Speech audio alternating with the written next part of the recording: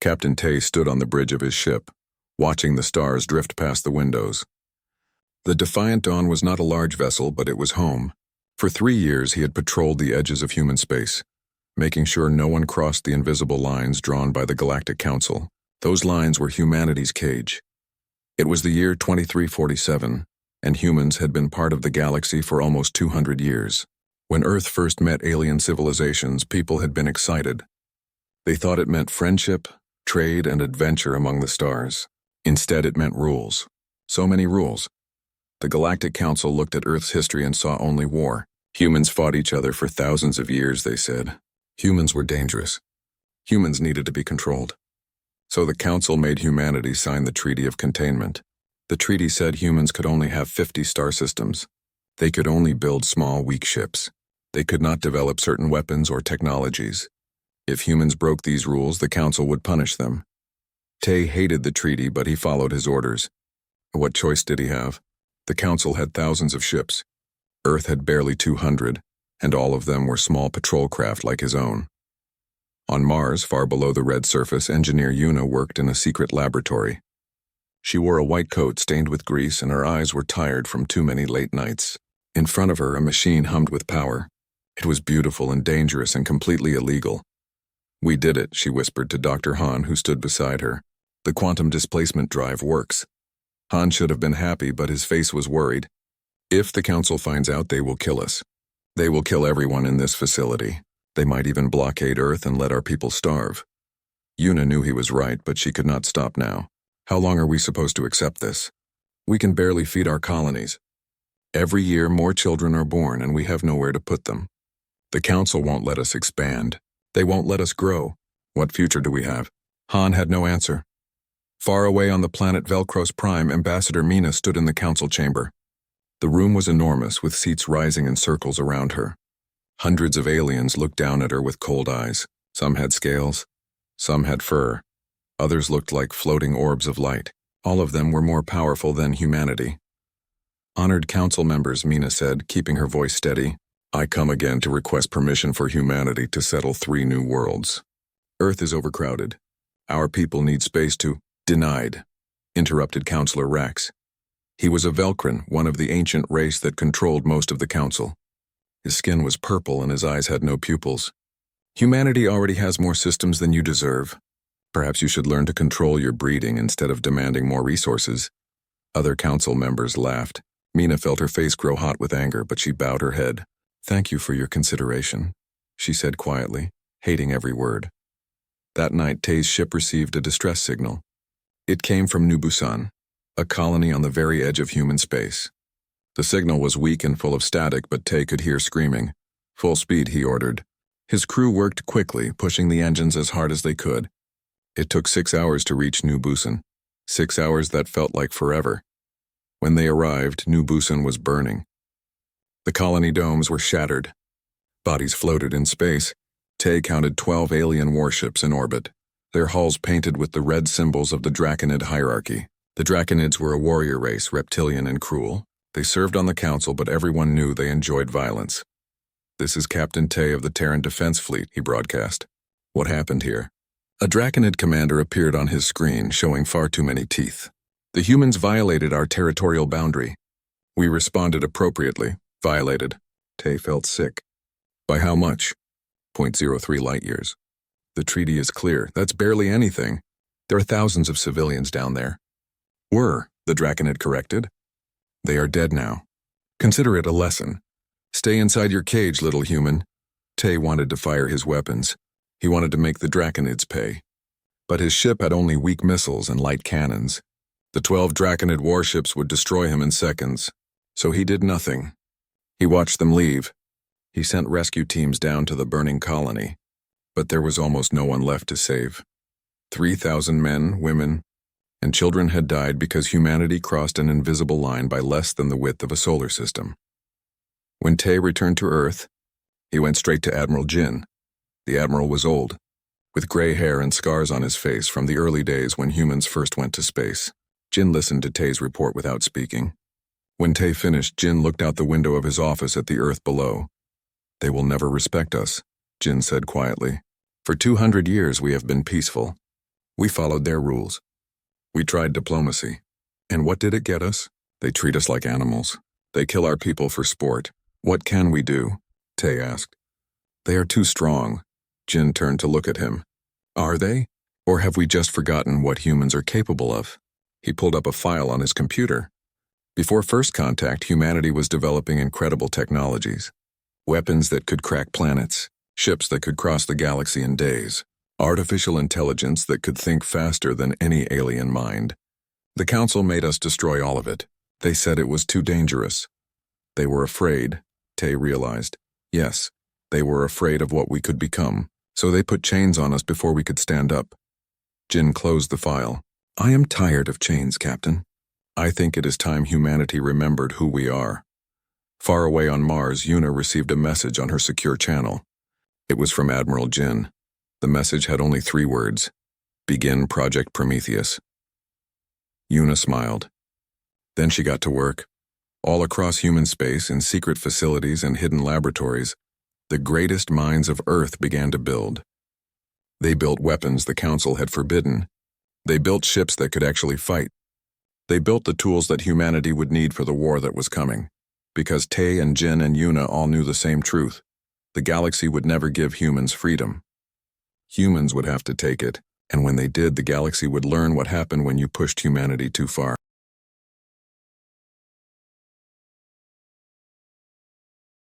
Three months passed since the massacre at New Busan. 3 months of quiet rage building across every human colony. The Galactic Council pretended nothing had happened.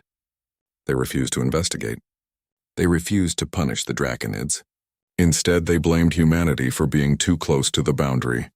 The Draconids got bolder. Their ships began raiding human cargo vessels, stealing supplies and taking crew members as slaves. This was legal under Council law.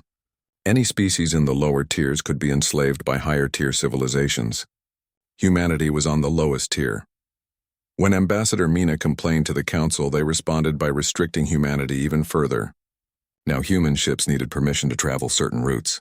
Now humans had to pay taxes for using hyperspace lanes. Now humans had to submit passenger lists before any journey. They are pushing us, Mina told Admiral Jin over a secure channel. They want us to fight back so they have an excuse to crush us completely. Let them push, Jin replied. We are almost ready. On Mars, Yuna barely slept anymore. Her team worked day and night in the underground facility. The quantum displacement drive was perfected.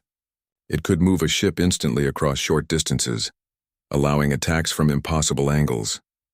But that was just one piece of the puzzle. Show me the weapons, Yuna said to her assistant, a young engineer named June. June pulled up holographic displays, railguns that fire projectiles at 0.1% light speed, missile swarms with adaptive AI, EMP weapons that can shut down entire fleets, nuclear-shaped charges and... He hesitated. And what? The Singularity Cascade device. It is terrifying. Yuna looked at the specifications. The device could make a star collapse on itself, destroying an entire solar system. She felt cold. We will build it, but we will never use it unless we have no choice. I hope you are right, June said quietly. On Luna, the moon orbiting Earth, a historian named Sung made a discovery in the ancient archives. He was looking through old files from before first contact, files that were supposed to be deleted. But someone had hidden them, keeping a record of what humanity had lost. Sung read page after page, his hands shaking. When humans first achieved faster-than-light travel, they had been advancing so quickly. Every year brought new breakthroughs. Fusion power, genetic enhancement, quantum computing, nanomachine technology, weapons that could reshape matter itself. Then the Galactic Council arrived. They saw how fast humanity was progressing and they were afraid. The Council's civilizations were ancient, but they had stopped innovating thousands of years ago. They maintained their power through numbers and age, not advancement. A young race that developed faster than they did was a threat, so the Council gave Earth a choice: join them and accept restrictions, or be destroyed. Humanity chose survival. They signed the Treaty of Containment. They destroyed their most advanced research. They crippled themselves before they could become truly dangerous. Sung sent his findings to Admiral Jin. The message was simple. They feared us from the beginning. They still do. Jin called a secret meeting. In a bunker deep inside the Himalayan mountains on Earth, the leaders of humanity gathered. Admiral Jin was there, along with Captain Tay, Engineer Yuna, Ambassador Mina, Historian Sung, and representatives from every human colony. "We all know why we are here," Jin said. "For 200 years we have obeyed. We have been patient. We have been peaceful. And in return, the galaxy treats us like slaves. They kill our people. They steal from us. They laugh at us. No more. Project Prometheus is active," Yuna reported. "We have 12 shipyards building true warships. Not patrol craft, real military vessels with real weapons. We have developed technologies the Council banned. We are ready," Mina stood up. "If we do this, there is no going back. The Council will not forgive rebellion. We will be at war with civilizations that have existed for 10,000 years. We are already at war," Tay said. "We just have not admitted it yet. Every day we wait, more humans die. More colonies are raided. How long before the Draconids decide to attack Earth itself?" Commander Day, head of human intelligence, added his voice. "I intercepted a communication last week. The Velkrin Empire is planning to reduce humanity's allowed territory from 50 systems to 25. They will force us to abandon colonies. Millions will be homeless. When? Someone asked. 6 months. They will announce it at the next council session." The room was silent. Then everyone started talking at once, angry and afraid and determined. Jin raised his hand for quiet. "We vote. All in favor of proceeding with Project Prometheus and openly defying the Council?" Every hand went up. Every single one. Then it is decided. Humanity will be free or humanity will be extinct. There is no middle ground anymore. Work accelerated across all human space. Civilian factories were converted to military production. Mines on asteroids dug up metal for ship hulls. Every colony trained its citizens for combat. Parents taught their children to use weapons. The old and young learned first aid. Everyone understood what was coming. Yuna's quantum drive was installed in every new ship.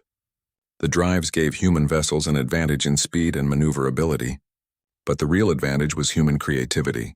The Council's civilizations fought the same way for thousands of years. They used the same tactics, the same formations, the same strategies.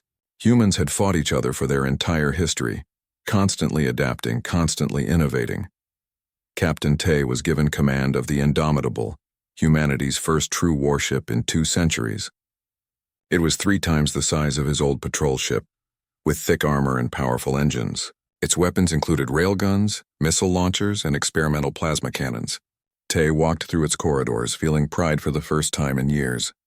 But security was fragile. A Velkrin spy working in the Lunar Archives discovered evidence of Project Prometheus. He tried to transmit the information to his handlers, but Commander Day's intelligence team caught him first.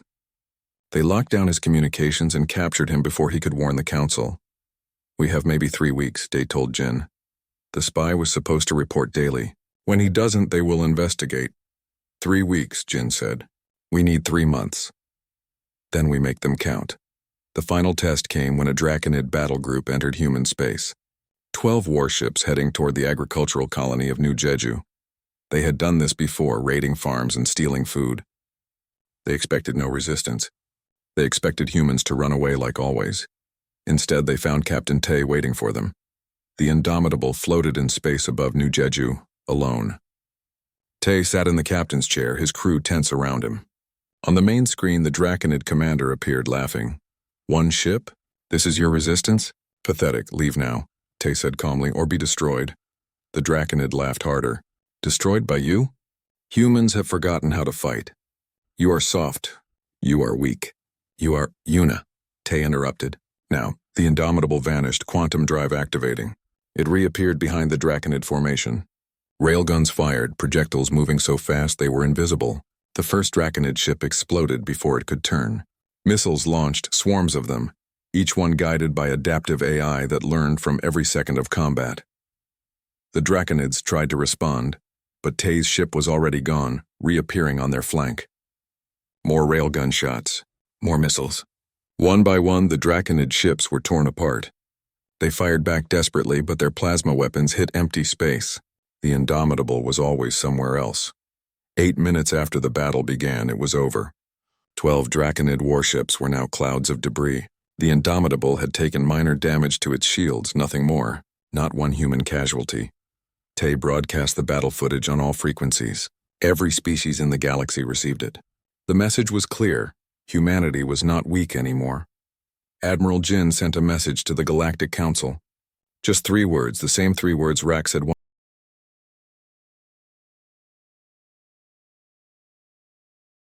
The destruction of the Draconid battle group sent shockwaves across the galaxy. For 200 years, the Draconids had bullied humanity without consequence. Now 12 of their warships were nothing but scrap metal, destroyed in 8 minutes by a single human vessel. Council members watched the battle footage over and over, trying to understand what had happened. Impossible, Councillor Rax said, his purple skin turning darker with anger. Humans do not have this technology. They are not allowed. Apparently, they did not ask permission, another councillor replied. The Draconid hierarchy went mad with rage. Their supreme war leader demanded that humanity surrender the Indomitable and its crew immediately. They wanted Captain Tay executed publicly. They wanted every human involved in building the ship killed. They wanted Earth punished. Admiral Jin's response was broadcast on every channel in the galaxy. He sat in his uniform, old but unbowed, and spoke clearly. No more. Humanity will not surrender. Humanity will not bow. Humanity will not accept slavery or subjugation. We have tried peace. We have tried diplomacy. We have obeyed your unjust laws for 2 centuries. You responded with contempt and murder. Now you will face the consequences. The Draconid hierarchy mobilized their grand fleet. Over 300 warships, the largest military force assembled in living memory. Other council members watched with interest. The Velcrin Empire privately hoped the Draconids would solve their human problem permanently. No one wanted to admit they were afraid of what humanity might become. The Grand Fleet would take 3 weeks to reach Earth, 3 weeks to cross the vast distances between stars. Humanity used every second to prepare. Across all 50 human systems, shipyards worked without stopping. Factories produced weapons and ammunition. Soldiers trained. Families said goodbye, not knowing if they would survive. Una barely left the Mars facility. Every ship needed quantum drives. Every weapon system needed final adjustments. She survived on coffee and 3 hours of sleep per night. Her assistant June tried to make her rest, but she refused. If we fail, none of us will rest ever again, she said. On Earth, Admiral Jin commanded the final preparations. The home fleet gathered in orbit, 200 warships of various sizes. It was everything humanity could build in secret over the past months. Against the Draconid Grand Fleet's 300 ships, they were outnumbered. But Jin was counting on more than numbers. We have something they forgot, he told his officers. We know how to fight. Real fighting, not the ceremonial battles the Council has waged for centuries. We adapt, we improvise, we overcome. These are human advantages. Captain Tay took command of a strike force, 15 destroyers all equipped with quantum drives. His mission was to harass the Grand Fleet during its approach, slowing it down and gathering intelligence. For 3 weeks, he made the Draconids miserable. His ships would appear from nowhere, fire devastating salvos, then vanish before the Draconids could respond. They attacked fuel convoys. They destroyed supply ships. They disabled communications relays. The Draconids grew paranoid, jumping at shadows, firing at empty space. By the time they reached the Sol system, they were exhausted and angry. Perfect, Tay thought. Angry enemies make mistakes. The Battle of Earth began on a cold morning. The sun was rising over Asia when the Draconid Grand Fleet emerged from hyperspace. 300 warships in precise formation, their weapons charged and ready. They expected to find Earth defended by weak patrol craft. Instead, they found Admiral Jin waiting. The human home fleet floated in defensive positions around Earth and Mars. 200 ships, organized not in rigid formations but in flexible groups. Each group could operate independently while supporting the others. This was how humans fought wars against each other for thousands of years, learning through blood and fire. The Draconid Supreme Commander opened a channel. His reptilian face filled every screen. Humans, you have violated the Treaty of Containment. You have attacked Draconid vessels. You have refused to surrender. Your species will be exterminated. This is your last chance to beg for mercy. Admiral Jin replied from his flagship, the massive dreadnought Retribution. We do not beg. Come and try. The Draconid fleet advanced in their traditional wall formation, weapons firing in coordinated volleys. It was impressive and terrifying and completely predictable. Human ships scattered. using quantum drives to avoid the plasma fire. Then they struck back from a dozen directions at once. Captain Tay's strike force appeared behind the Draconid formation. Railguns fired, punching through shields designed to stop energy weapons but useless against solid projectiles moving at relativistic speeds. The rear guard of the Grand Fleet exploded in seconds. Commander Rena led the fighter wings from the carrier Valkyrie. Hundreds of small attack craft swarmed forward like angry insects. They were too small and fast for the Draconid point defenses, designed to stop missiles and torpedoes. The fighters weaved between the capital ships, targeting engines and weapons with precision strikes.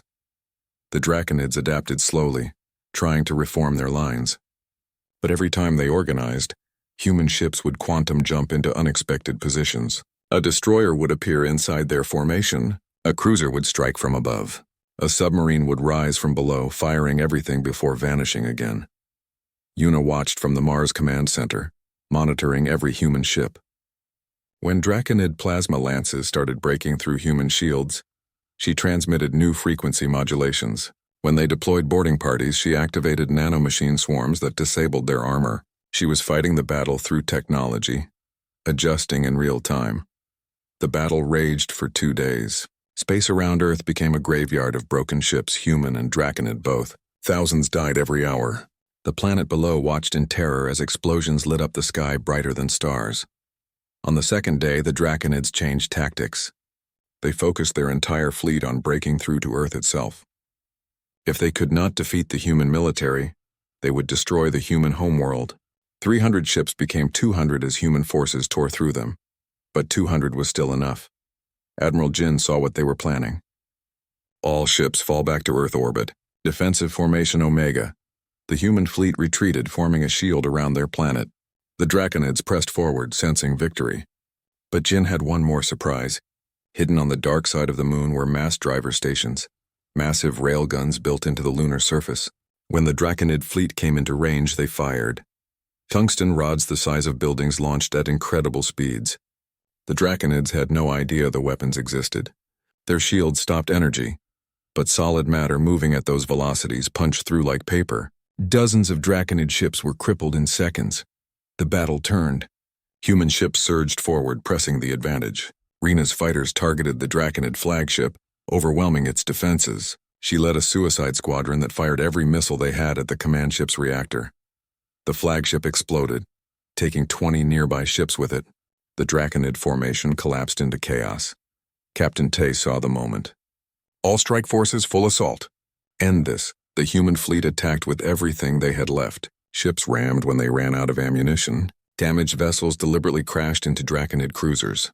Commander Rena herself, her fighter's life support failing, manually guided a nuclear missile into an enemy dreadnought.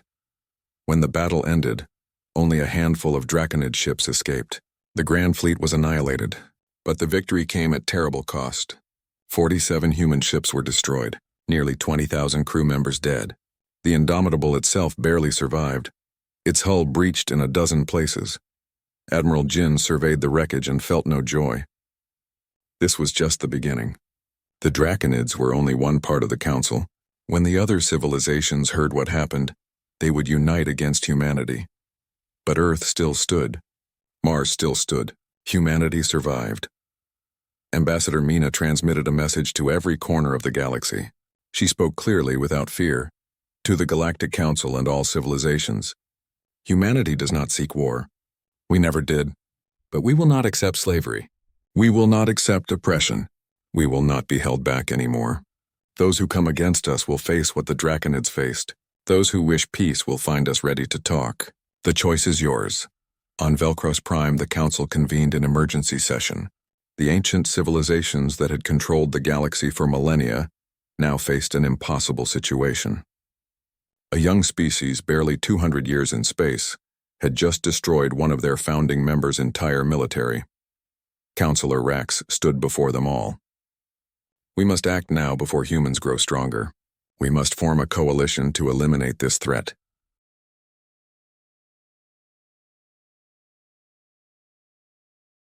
The Coalition of Compliance formed within weeks of the Battle of Earth. 6 major civilizations joined forces, each contributing ships and soldiers. The Velcrin Empire led them. bringing their ancient dreadnoughts. The crystalline collective added their energy weapons.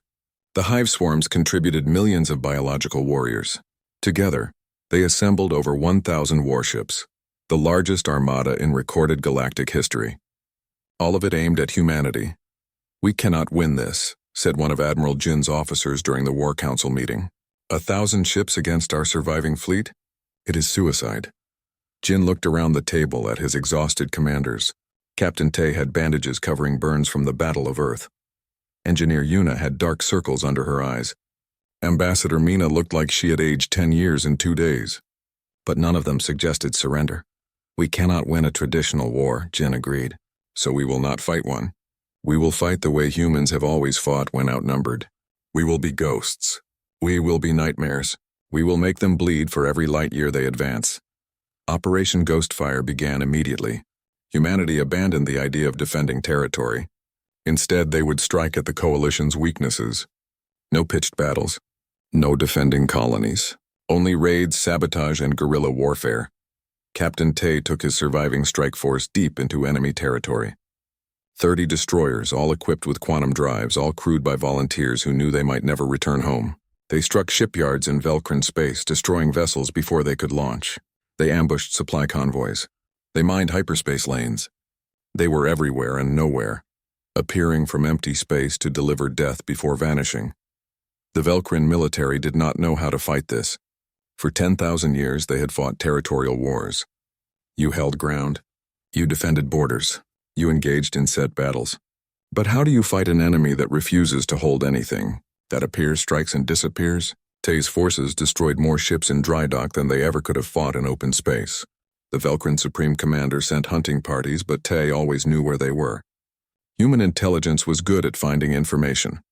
Commander Day ran the intelligence war from a hidden base on Europa, one of Jupiter's moons.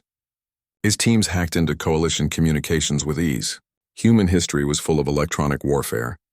Earth's internet age produced hackers and programmers whose skills outmatched anything the ancient civilizations possessed. Day sent false orders to coalition fleets, causing them to fire on each other. He cracked encrypted channels, giving humanity advance warning of every attack. He planted viruses in enemy computer systems that corrupted navigation data. The coalition never knew if their information was trustworthy. But while humanity fought cleverly, the coalition fought brutally. Frustrated by their inability to engage the human military, they targeted civilians instead. The colony of New Sol was bombarded from orbit. 3 million people died in a single day. The farming worlds of New Kyoto and New Dublin were rendered uninhabitable, their atmospheres poisoned. The death toll climbed. 5 million, 10 million, 15 million on Earth. People watched their colonies burn and demanded action. "Fight them," they shouted. "Destroy them." Admiral Jin called Yuna to his office. She arrived to find him looking at casualty reports, his hands shaking. "Show me the Singularity Cascade device," he said quietly. Yuna pulled up the specifications, the weapon that could collapse a star, destroying an entire solar system. "It is ready. We have 3 of them. Could we destroy Velcros Prime?" Yuna was silent for a moment. "Yes, but there are 12 billion Velcrin on that planet, civilians, children." "They are killing our children," Jin said, his voice cracking. "They are murdering millions. How many more must die before we respond? If we use this weapon, we become like them. We become monsters." Jin stared at the reports for a long time. Then he closed the file. "No, we will not use it against populated worlds. We are human. We are better than this." It was the right decision, but it nearly cost humanity everything. 2 weeks later, the coalition launched a massive assault on Mars. They had tracked Admiral Jin's location to the command bunker beneath the red sand. If they could kill humanity's leadership, the war would end. 100 warships emerged above Mars. Ground forces landed, millions of cybernetic soldiers wearing powered armor. They fought through the habitation domes, killing everyone in their path. Historian Sung, who had discovered the truth about humanity's suppression, now led civilian defense forces. Every corridor became a battlefield. Every doorway was trapped. Every room was defended to the last person. Sung himself died holding a choke point with 15 volunteers, giving time for civilians to evacuate deeper into the tunnels. He was 63 years old and had never fired a weapon before the war. His last words were, "Be for humanity's future." The coalition forces reached Admiral Jin's command bunker. They breached the outer doors, then the inner doors. Jin and his staff prepared for the end, weapons ready for a last stand. Then Captain Tay arrived. He had been raiding deep in Velcrin territory when Mars's distress signal reached him. Every tactical instinct said to stay away. It was obviously a trap. The coalition wanted to draw out the human fleet so they could destroy it in one battle. But Tay did not hesitate. "Mars needs us," he told his captains. "That is all that matters." His 15 surviving destroyers Quantum jumped directly into Mars orbit. They faced 100 coalition warships. The space battle was chaos. Ships crashed into each other. Explosions filled the sky. Tay's flagship, the Indomitable, rammed a Velcrin dreadnought when its weapons ran out, both ships breaking apart.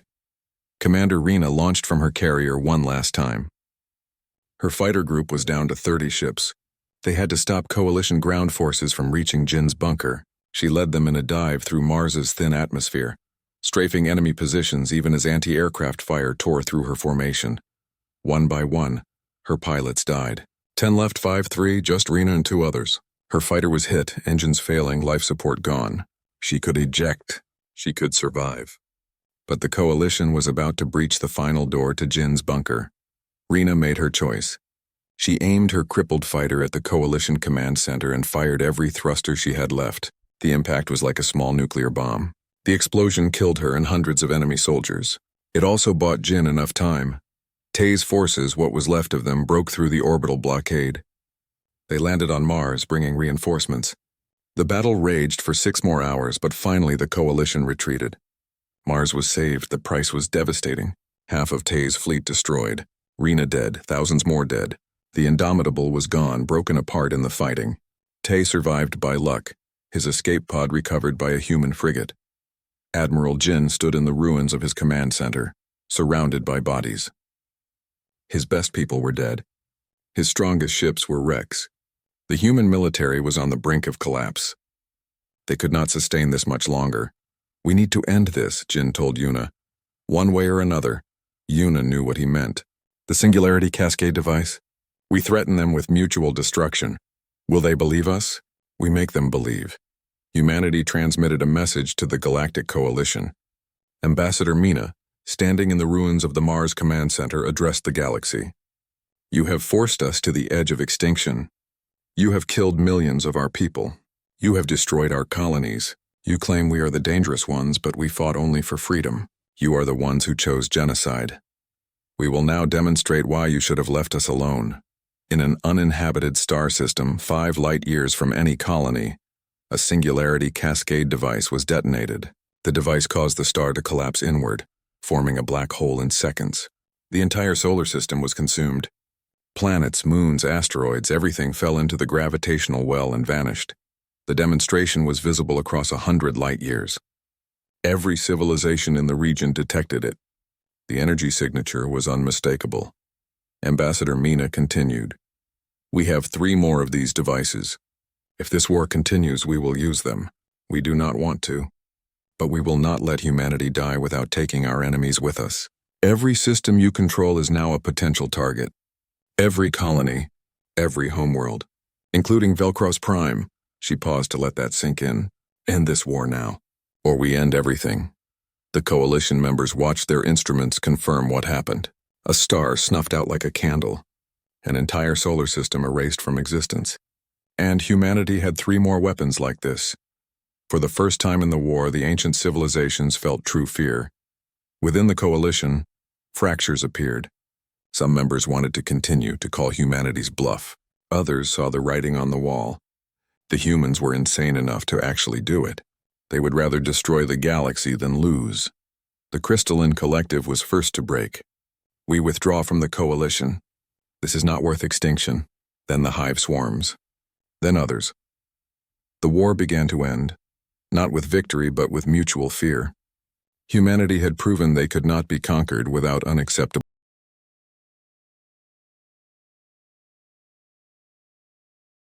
The war ended in pieces like ice breaking apart on a frozen lake. First one coalition member withdrew, then another, then another. Within 3 months, the 1,000-ship armada that was supposed to crush humanity had disbanded. No peace treaty was signed. No formal surrender happened. The fighting just stopped because everyone was too afraid to continue. The Galactic Council dissolved shortly after. How could it not? Its authority was based on the idea that ancient civilizations knew best, that they were stronger and wiser than younger species. Humanity had proven that idea was a lie. The Council could not protect its members. It could not enforce its will. It was meaningless. But the price humanity paid for freedom was written in blood and fire. 14 colonies were completely destroyed. Their atmospheres poisoned or their surfaces turned to glass. Earth's population was cut in half, from 15 billion to 7 billion. Mars would bear the scars of battle for centuries. Nearly 30 million humans died in the war, 5% of humanity's total population, gone. Captain Tay stood in the observation deck of a temporary space station orbiting Earth. Below him, the planet was slowly healing.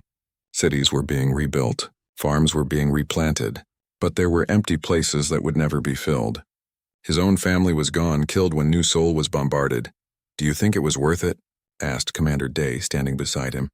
Day had survived the war but lost an arm in the final battles. "Freedom is always worth it," Tay said, "but I wish it had not cost so much."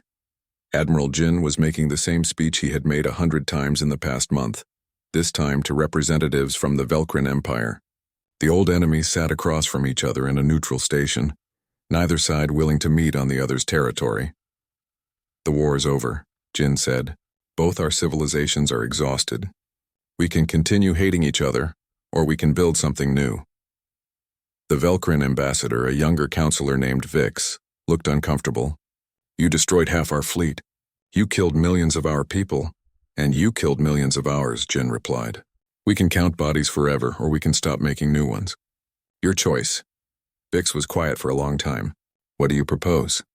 "A new federation, not a council where some species rule others. A true union where every civilization has an equal voice. No restrictions on technology, no forbidden weapons, no territorial limits. Everyone free to develop as they wish." "That sounds like chaos. It sounds like freedom. Your old council maintained order by crushing anyone who threatened it. That is not stability. That is oppression. Real peace comes from mutual respect, not fear." Vix looked at the proposal on his datapad. "If we agree to this, the other civilizations will follow. The Velcrin Empire still has influence even after defeat. Then use that influence for something good." The new federation was announced 6 months after the war ended. 27 civilizations joined immediately, including humanity and the Velcrin Empire. More would join later. The Federation's charter was simple. Every member had equal rights, equal votes, and equal opportunity. No species could restrict another. Disputes would be resolved through arbitration, not violence. It was not perfect. Old hatreds did not disappear overnight, but it was better than what came before. Engineer Yuna became the director of the Prometheus Institute on Luna. The secret facility was now a place where scientists from across the galaxy came to collaborate. The quantum displacement drive, once banned, was now licensed to other species. Yuna's team worked on dozens of projects that the old council would have forbidden. "We are learning so much," she told Ambassador Mina during a visit. "The Crystalline Collective has technology for manipulating light that we never imagined. The hive swarms understand biological systems in ways we are just beginning to grasp. When you stop trying to control everyone, amazing things happen." Mina smiled. She was now Secretary General of the new Federation, elected by the member civilizations. Her days of begging for scraps from the Council were over. Now she shaped galactic policy as an equal. "The Draconids want to join," Mina said. After everything they did, Yuna's smile faded. "Can we trust them?" "Probably not. But the Federation is not about trust. It is about giving everyone a chance to be better. If we reject them, we become like the old council.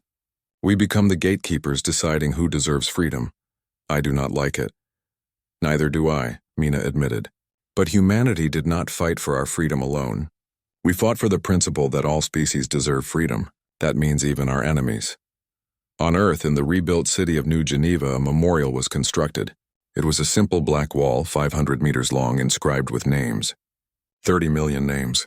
Every human who died in the war was listed, civilian and military, from New Busan to the final battles on Mars.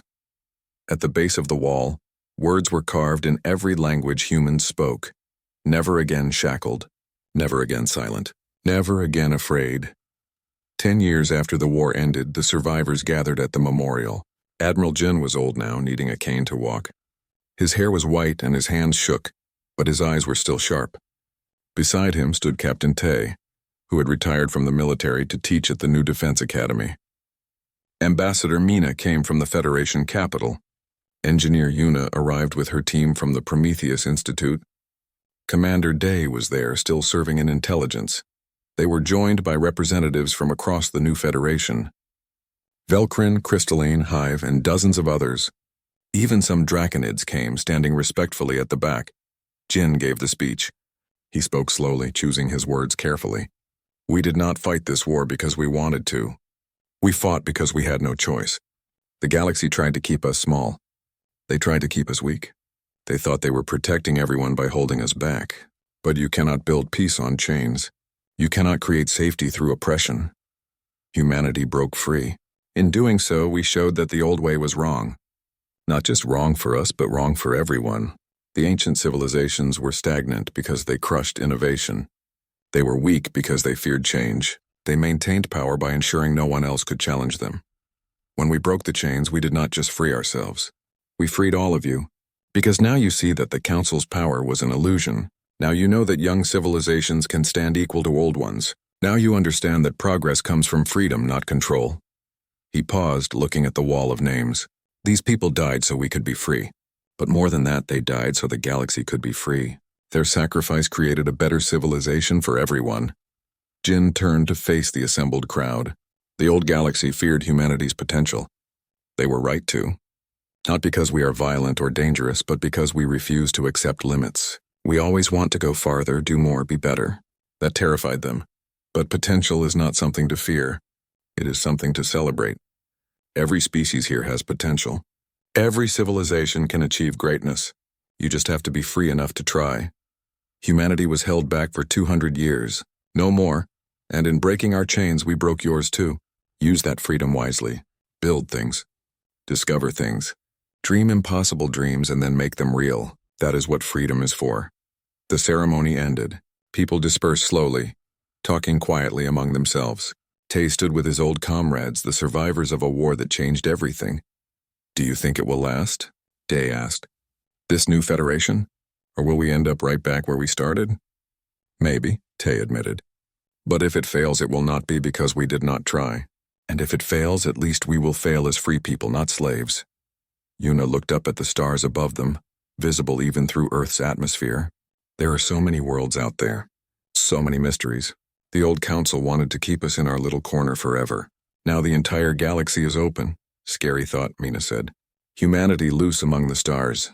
For everyone else, maybe, Jin said with a slight smile. For us, it is just the beginning. They stood together in silence, 5 people who had helped reshape galactic civilization. They were not heroes, not really. They were just humans who refused to accept chains, who fought when fighting was necessary, who showed mercy when mercy was deserved, who built something better from the ashes of war. Across the galaxy, on 1,000 worlds, civilization was changing. Species that had been suppressed were now innovating. Technologies that were forbidden were now being developed. Young civilizations were rising to stand beside old ones. It was messy and chaotic and sometimes frightening. It was freedom. And humanity, the species that had been held back for so long, was leading the way forward. Not through conquest or domination, but through example. They had proven that chains could be broken. They had shown that the old ways were not the only ways. They had paid a terrible price for that lesson, but they had learned it well. The galaxy would never forget what happened when humanity was pushed too far. They would never forget the wrath that was unleashed when a species refused to stay shackled. But more importantly, they would never forget what humanity built after the fighting stopped. A new civilization, better than the old one, freer, fairer, more just. Humanity had been held back no more. And in their liberation, they had freed them all. The future was open. The possibilities were endless.